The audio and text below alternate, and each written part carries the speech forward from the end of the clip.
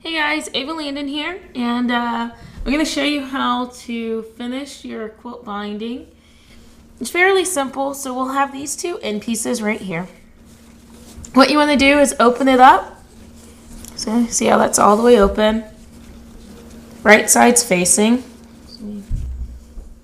Open this one up. You'll notice I'm doing this on the floor. That's because, when you do it on the whole floor, it's easy to get the quilt flat. And what we're going to do is we're going to open it up. You're going to match up the press lines. And you're just going to walk it sort of down. You want it to be tight, but not to the point where your quilt's like scrunching up, and you don't want it to be too loose. So what you're going to do is you're going to sort of smooth it out, make sure it's nice and flat. And what we're going to do is pin. Now let's see. Let me find my pins real quick. And there's a pin. And what I'm going to do is we're then going to take this over to the machine. So there we go.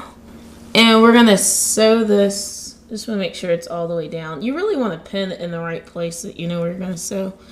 And that to me is it's a little off. And we're just going to sew a straight line across. So you see how that pin is? That's exactly what we're going to do. We're going to sew. It may be easier too if you have like some fabric markers. You can mark where the line is, which would be right here. Or you can, sorry, my pen just fell out. You can use some chalk or anything like that. Or you can just use a pen like I'm doing. And what'll happen is you're going to try to keep this in the right spot. I don't advise you to cut this until after so you're going to sew it, and then you're going to lay it back down either on the floor or another hard surface, and make sure that binding lays flat and it's not too loose. And if you get it right the first time, you get a gold star, which is awesome. If not, you're just going to use a seam ripper. You're going to rip it back out, and since you wouldn't have cut these pieces off, it gives you some flexibility. When you do get it right and everything lies flat, you're going to cut the seam allowance down to 1/4 of an inch, which shouldn't be a surprise because that's kind of the theme for quilts, is a 1/4 inch. After that, you're gonna cut it. You're gonna press that seam open. You're gonna fold it over like this, and then you're just gonna finish up sewing it so that it's attached.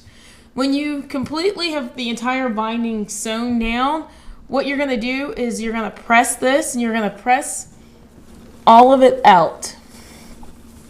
And it just makes it a little easier when, so you're just going to go through, you're just going to press around. We still need to trim the quilt. So now that I think about it, probably pressing wouldn't be the first thing I do.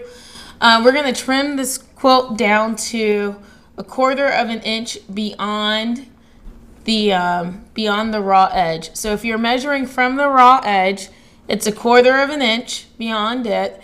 If you are measuring from the seam line, it's 1/2 inch, because we should have sewn 1/4 inch around on your seam line. So it just depends. You may hear me say both of them. So remember, if you're measuring from the seam line, from the actual seam, where you just did all the stitching, it's going to be 1/2 inch away from it. If you're measuring from the edge of the quilt, then it's 1/4 of an inch. All right, got that? All right, so that's pretty much it. I'm going to go ahead and sew this, and I'll meet you back here to cut the quilt down. All right, see you later. Bye.